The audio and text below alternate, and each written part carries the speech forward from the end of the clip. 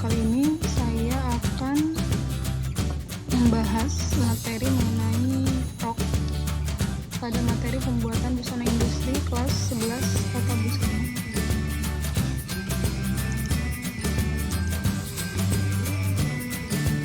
Ya, untuk sejarah rok itu berasal dari abad pertengahan, yaitu pakaian yang menjangkau dari leher sampai ke lutut yang terdiri dari satu bagian atau satu bahan disebut rep. Untuk rok merupakan salah satu jenis pakaian tertua, yaitu pada kerajaan-kerajaan kuno zaman dahulu.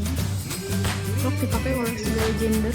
Rok ini pada masa itu berbentuk semacam dress dan jubah, atau dalam tradisi Mesir maupun Romawi kuno, rok dipakai oleh para pria tanpa meninggalkan sisi wanita. Jadi untuk zaman dahulu ini terlihat bahwa status sosial itu bisa dilihat dari pakaiannya, sehingga menunjukkan prestis atau level sosial pada zamannya. Untuk para bangsawan memakai baju tertutup dari atas sampai bawah atau bahkan menyapu lantai. Sementara untuk posisi sosialnya lebih rendah biasanya memakai rok yang lebih pendek, karena semakin kayak seorang semakin panjang roknya. Jadi pada sebelum masa revolusi industri, harga kain itu sangat mahal. Nah, ini adalah contoh dari pemakaian rok yang tanpa dijahit. Ini berasal dari kain panjang kemudian dililitkan. Jadi ketika zaman itu rok dipakainya seperti ini. Kita lanjutkan ke pengertian rok. Rok adalah bagian-bagian busana yang digunakan pada tubuh bagian bawah atau yang disebut dengan bawahan, dimulai dari bagian pinggang sampai panjang yang diinginkan dengan menggunakan satu lubang.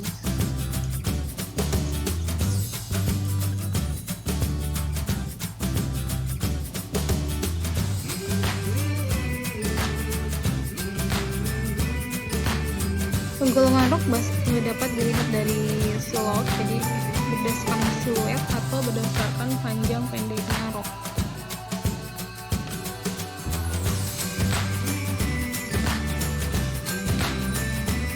Rok berdasarkan siluet dapat dibagi ke dalam berbagai macam model atau bentuk. Yang pertama adalah slim. Slim yaitu rok yang berbentuk pas badan atau bentuknya pas badan. Kemudian yang kedua ini adalah straight. Straight itu yaitu rok yang bentuknya lurus. Kemudian ada tapered itu yaitu rok yang bentuknya meruncing ke bawah. Kemudian ada lagi yang keempat semi-tie. Semi-tie itu rok yang bagian bawahnya sedikit dikeluarkan, jadi agak melebar sedikit. Kemudian yang kelima ada trumpet. Trumpet itu rok lurus dengan mengembang pada bagian bawahnya. Ini seperti pengembangan rok duyung. Kalau di duyung itu seperti ini. Jadi bentuk dasar dari rok duyung adalah seperti ini. Kemudian ada lagi bell. Yang keenam bell yaitu rok yang menyempit pada bagian pinggang dan mengembang pada bagian bawah. Kemudian yang ketujuh adalah flare. Flare yaitu rok yang menambah kepenuhan dari pinggang sampai ke lem bawah. Kemudian ada dindle yaitu rok yang menggunakan kerutan pada garis pinggang. Kemudian ada lagi round yaitu rok yang bentuknya membulat di bagian panggul. Kemudian ada lagi empire yaitu rok yang garis pinggangnya melebihi batas pinggang.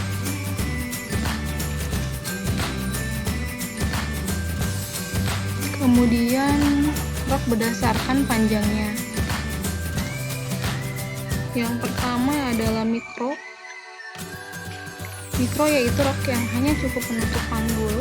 Kemudian kodenya green. Mini yaitu rok yang panjangnya sampai pertengahan paha. Kemudian ada lagi yang chainik nih, yaitu rok yang panjangnya sampai lutut. Kemudian yang D adalah midi, yaitu rok yang panjangnya sampai pertengahan betis. Kemudian maxi yaitu rok yang panjangnya sampai di atas mata kaki. Ada ankle yaitu rok panjangnya sampai mata kaki, dan floor yaitu rok yang panjangnya sampai menyentuh lantai.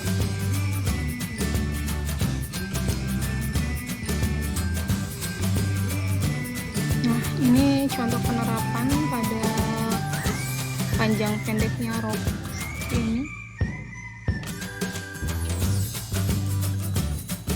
Kemudian model dasar rok. Model dasar rok itu ada 4. Yang pertama adalah rok suai. Rok suai atau lurus, yaitu rok yang mempunyai model sederhana, hanya terdapat garis footmat tanpa ada lipit, perut, dan lain sebagainya. Ini contohnya seperti ini. Kemudian ada lagi rok root. Rok root yaitu rok yang menggunakan kerutan pada bagian muka, belakang, atau samping pada rok tersebut. Kemudian ada lagi rok lingkar. Rok lingkar yaitu rok yang menggunakan pola satu lingkaran penuh sehingga tampak melingkar. Kemudian ada lagi rok lipit. Rok lipit merupakan model rok yang menggunakan lipit-lipit baik secara permanen ataupun tidak permanen. Ya, berikut ini adalah macam-macam model rok.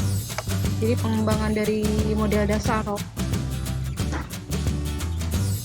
Ada macam-macam rok suai. Ini jadi variasi dari rok suai itu seperti ini.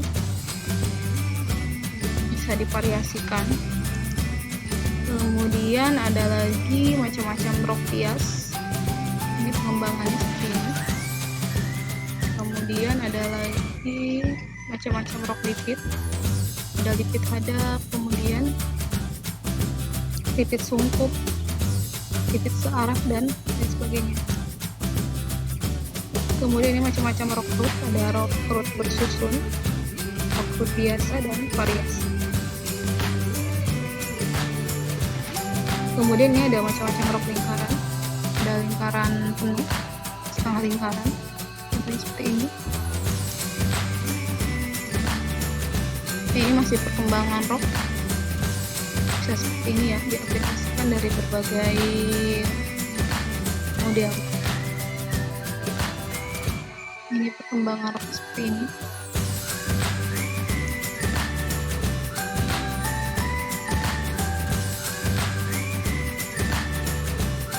Ini adalah beberapa tipe dari rok. Seperti yang sudah disebutkan tadi, ini perkembangannya seperti ini. Jadi pengembangan dari model dasar rok. Ya, ini contohnya seperti ini. Ini hanya masih desain-desainnya saja. Kemudian ini ada contoh konkret atau contoh hasil dari rok yang sudah jadi. Roknya seperti ini. Kalau yang tadi kan desain-desain rok. Ini hasil dari rok.